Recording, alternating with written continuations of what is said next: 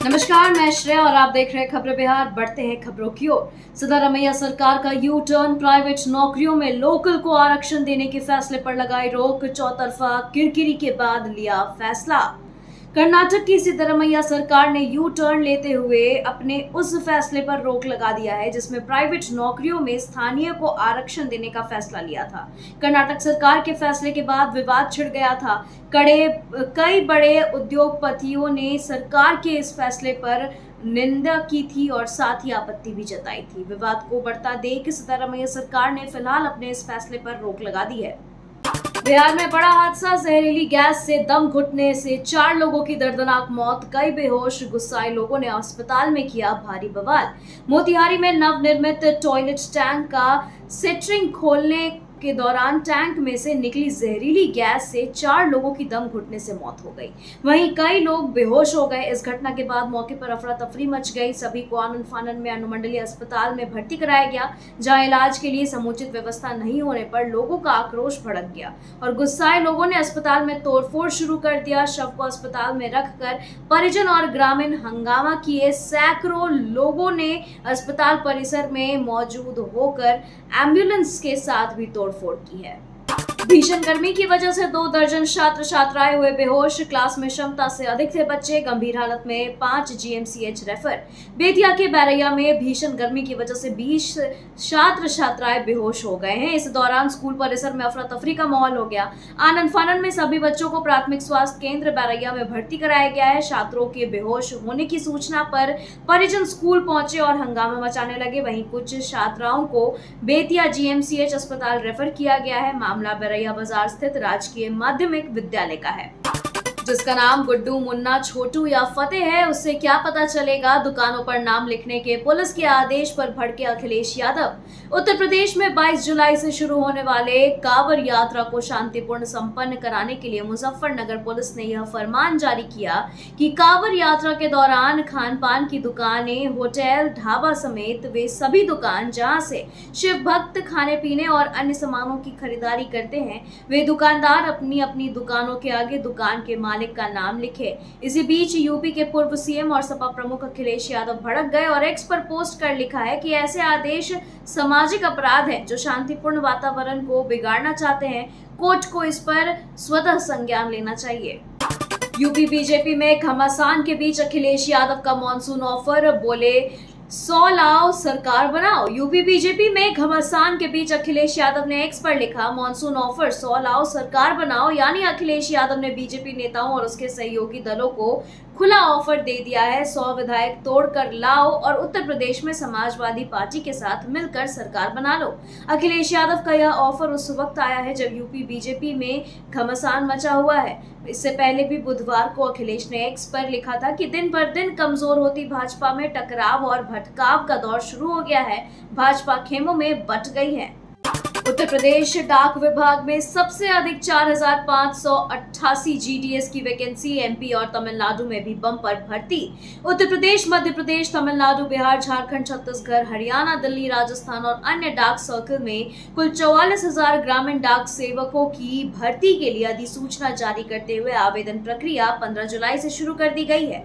उम्मीदवार निर्धारित अंतिम तिथि यानी 5 अगस्त तक अपना एप्लीकेशन ऑनलाइन मोड में सबमिट कर सकते हैं। इच्छुक उम्मीदवारों को डाक विभाग लॉन्च किए गए कॉमन पोर्टल यानी इंडिया पोस्ट जीडीएस online.cept.gov.in पर जाकर अप्लाई करना होगा।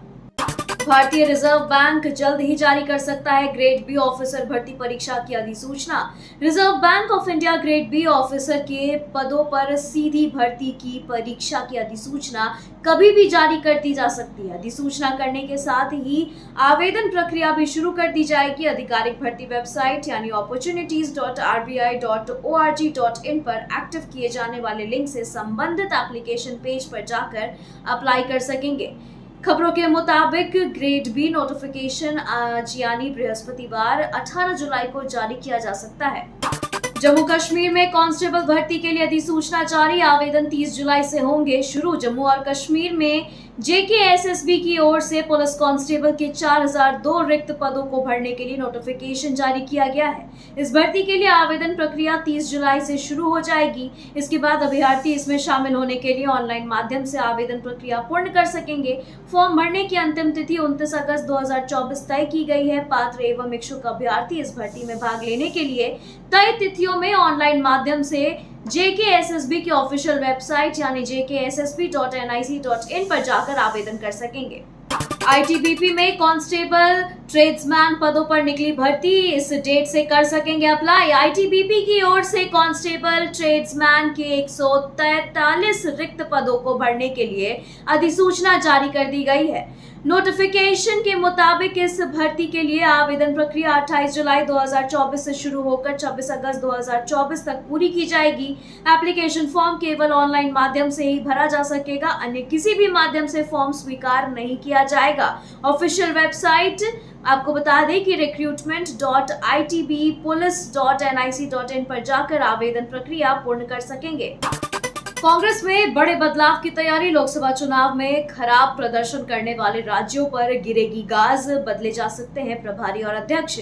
लोकसभा चुनाव में बेहतर प्रदर्शन नहीं करने वाले राज्यों के प्रभारी और प्रदेश अध्यक्षों पर गाज गिरने वाली है। इस साल होने वाले 4 राज्यों में विधानसभा चुनाव को देखते हुए कांग्रेस में बड़े बदलाव की तैयारी शुरू हो गई है। राज्यों के प्रभारी प्रदेश अध्यक्षों से लेकर जिला स्तर पर कमेटियों में बदलाव हो सकता है। बता दें कि हरियाणा, महाराष्ट्र, झारखंड और जम्मू कश्मीर में विधानसभा चुनाव को ध्यान में रखते हुए कांग्रेस ऐसा फैसला ले सकती है। सांसद पत्नी के साथ आनंद मोहन ने किया अस्पताल का निरीक्षण। हॉस्पिटल की बदहाल हालत देख सिविल सर्जन को लगाया फोन, पूछा मरीजों को खाना क्यों नहीं मिलता। शिवहर की सांसद लवली आनंद अपने पति आनंद मोहन के साथ रात के 9 बजे सीतामढ़ी के बैरगनिया स्थित सरकारी अस्पताल में निरीक्षण के लिए पहुंची। इस दौरान डॉक्टर अस्पताल में मौजूद नहीं थे। तब आनंद मोहन ने पूछा कि मरीजों को आज खाने में क्या दिया गया। आनंद मोहन की बातें सुनकर कर्मचारी के होश उड़ गए। वहां मौजूद किसी को पता तक नहीं था कि हॉस्पिटल में खाना भी बनता है, जबकि सरकार हॉस्पिटल में भर्ती मरीजों को खाना भी उपलब्ध कराती है, लेकिन अस्पताल का प्रभारी सब पैसा खा जाता है। बता दें कि इसके बाद सिविल सर्जन से बात करके उसे फोन पर कहा गया कि आप लोग जल्द से जल्द बैरगनिया हॉस्पिटल की स्थिति में सुधार कीजिए। बिहार में बढ़ते अपराध को लेकर विपक्ष के सवाल पर बोले सम्राट चौधरी, कहा राजद वालों को बोलने का अधिकार है क्या। विपक्ष लगातार बिहार की डबल इंजन की सरकार पर हमलावर है। बिहार में बढ़ रहे अपराध को लेकर आरजेडी भी एनडीए सरकार पर लगातार हमला बोल रही है, जिसे लेकर बीजेपी के प्रदेश अध्यक्ष और बिहार के डिप्टी सीएम सम्राट चौधरी ने पूछा कि राजद वालों को बोलने का अधिकार है क्या। उन्होंने कहा कि आरजेडी भ्रष्टाचार और गुंडागर्दी का प्रतीक है, उनके बोलने का कोई नैतिक अधिकार नहीं है। सम्राट चौधरी ने आगे ये भी कहा कि देखिए, अपराध होता है, लेकिन नीतीश राज में अपराध के 24 घंटे के अंदर ही अपराधी पकड़े जाते हैं। बिहार में बढ़ते अपराध के खिलाफ 20 जुलाई को इंडिया गठबंधन का प्रतिरोध मार्च विधानसभा में भी उठाया जाएगा। यह मामला बिहार में बढ़ते अपराध के खिलाफ गुरुवार को पटना के राजद कार्यालय में इंडिया गठबंधन की बैठक बुलाई गई थी, जिसमें इंडिया गठबंधन के तमाम दल के नेता शामिल हुए। बैठक में यह फैसला लिया गया कि बिहार में बढ़ रही आपराधिक घटनाओं के खिलाफ 20 जुलाई को इंडिया गठबंधन प्रतिरोध मार्च निकालेगी और इस मसले को लेकर इंडिया गठबंधन के विधायक विधानसभा में भी सवाल उठाएंगे और इस पर रोक लगाने की मांग करेंगे। ईडी को देखते ही संजीव हंस ने खुद को घर में कर लिया था बंद। 11 बेशकीमती घड़ियां, 11,000 ग्राम सोना और अहम कागजात बरामद। नीतीश कुमार के खास माने जाने वाले आईएएस अधिकारी और ऊर्जा विभाग के प्रधान सचिव संजीव हंस के ठिकानों पर प्रवर्तन निदेशालय यानी ईडी की छापेमारी खत्म हो गई है। संजीव हंस के साथ साथ उनके बिजनेस पार्टनर पूर्व विधायक गुलाब यादव के ठिकानों पर भी छापेमारी पूरी हो गई है। ईडी की टीम को इस छापेमारी में ऐसे कई सुराग हाथ लगे हैं जिससे चौंकाने वाले खुलासे हो सकते हैं। भरी सभा में महिला ने सांसद को जड़ दिया जोरदार थप्पड़, हैरान रह गए मंच पर मौजूद लोग। जानिए इसके पीछे की असली वजह। महाराष्ट्र में बुधवार को बीएसपी के कार्य समिति की बैठक बुलाई गई थी। इस दौरान मंच पर बहुजन समाज पार्टी के राज्यसभा सांसद रामजी गौतम पार्टी नेताओं और कार्यकर्ताओं से एक एक कर मुलाकात कर रहे थे कि तभी महिला कार्यकर्ता उनसे मिलने के बहाने मंच पर पहुंची और जोरदार थप्पड़ जड़ दिया। इस घटना के बाद मौके पर मौजूद पार्टी के नेता और कार्यकर्ता हैरान रह गए। बताया जा रहा है कि महिला कार्यकर्ता लोकसभा चुनाव में भंडारा गोंडिया सीट से पार्टी का टिकट मांग रही थी। वहीं पार्टी की तरफ से लोकसभा का टिकट नहीं दिए जाने से वह नाराज चल रही थी। शिक्षक अभ्यर्थियों को पटना हाईकोर्ट से बड़ी राहत। हाईकोर्ट ने बीपीएससी टायर 1 का पूरक रिजल्ट जारी करने का आदेश दिया। पटना हाईकोर्ट ने शिक्षक अभ्यर्थियों को बड़ी राहत देते हुए बीपीएससी टियर 1 का पूरक रिजल्ट जारी करने का आदेश शिक्षा विभाग और बीपीएससी को दिया है। बता दें कि धीरेन्द्र कुमार की याचिका पर पटना हाई कोर्ट ने इस बीपीएससी टियर 1 का पूरक रिजल्ट जारी करने का आदेश दिया है। इस केस की पैरवी वरिष्ठ अधिवक्ता वाईवी गिरी ने की थी और अभ्यर्थियों की मांग पर सुनवाई करते हुए कोर्ट ने उन्हें बड़ी राहत दे दी है। नीट पेपर लीक मामला सुप्रीम कोर्ट में सुनवाई से पहले सीबीआई का बड़ा एक्शन। पटना एम्स की 4 डॉक्टरों को हिरासत में लिया। नीट पेपर लीक मामले से जुड़ी बड़ी खबर निकलकर सामने आ रही है, जहां सीबीआई की टीम ने सुप्रीम कोर्ट में सुनवाई से पहले इस मामले में बड़ा एक्शन लिया है। सीबीआई की टीम ने इस मामले में पटना एम्स की 4 डॉक्टरों को हिरासत में लिया है। चारों के सॉल्वर्स गैंग से जुड़े होने का शक सीबीआई को है और वहीं तीनों से सीबीआई की टीम पूछताछ कर रही है। बेगूसराय में जमीन बेचकर पति ने पत्नी को कराई नर्स की ट्रेनिंग। कोर्स पूरा होते ही मांगी तलाक, जेवरात और रुपए लेकर हुई फरार।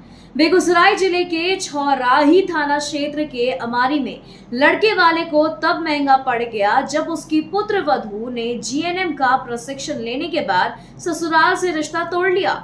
2019 में उसकी शादी हुई थी। उसी साल लड़के ने पत्नी की जिद पर उसे पंजाब से जीएनएम की ट्रेनिंग करवाई। वहीं लड़के की मां ने बताया कि उसकी पढ़ाई में 8 से 10 लाख रुपए जमीन बेचकर कर्ज एवं ब्याज पर पैसे लेकर उसकी पढ़ाई करवाई गई थी। पुलिस की जांच से असंतुष्ट सहनी का परिवार। डीजीपी से मिला वीआईपी का शिष्टमंडल। जांच को जल्दबाजी में बंद करने का लगाया आरोप। एक ही गिरफ्तारी पर उठाए सवाल।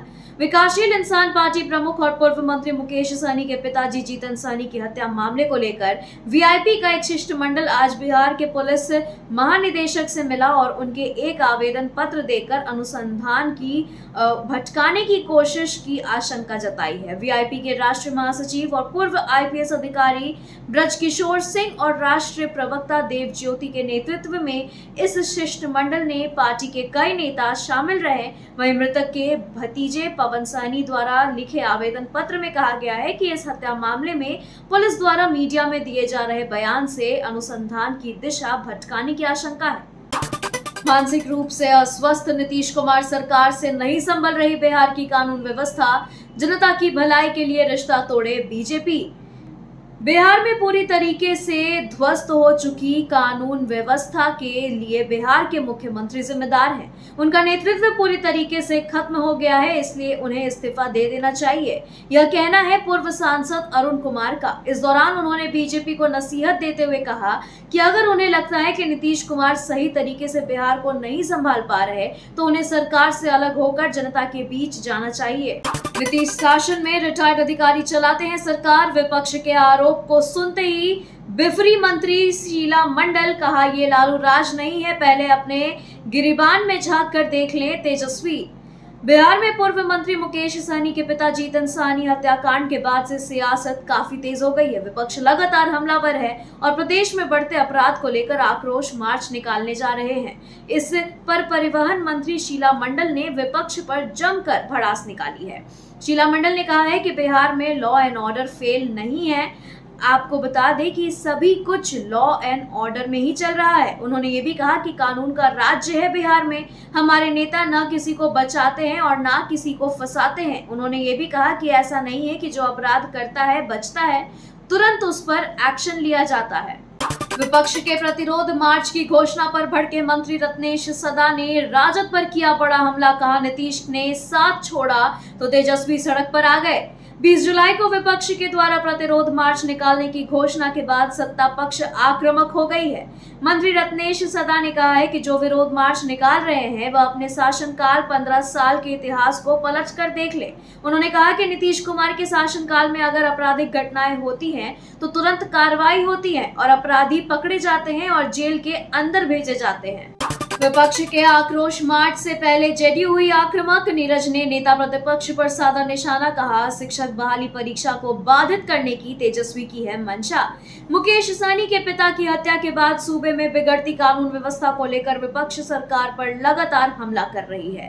राजद समेत पूरा विपक्ष बिगाड़ने कानून व्यवस्था के ऊपर प्रश्न लगातार कर रहा है। वहीं 20 जुलाई को आक्रोश मार्च भी निकालने की बात की जा रही है। 19 से 22 जुलाई को बीपीएससी द्वारा तीसरे चरण की शिक्षक नियुक्ति की प्रक्रिया शुरू होने वाली है और 20 जुलाई को तेजस्वी प्रतिरोध मार्च निकालने वाले हैं। नीरज ने कहा कि यह तो रोजगार के अवसर में केवल और केवल अवरोध पैदा करने की मंशा के अलावा कुछ भी नहीं हो सकता।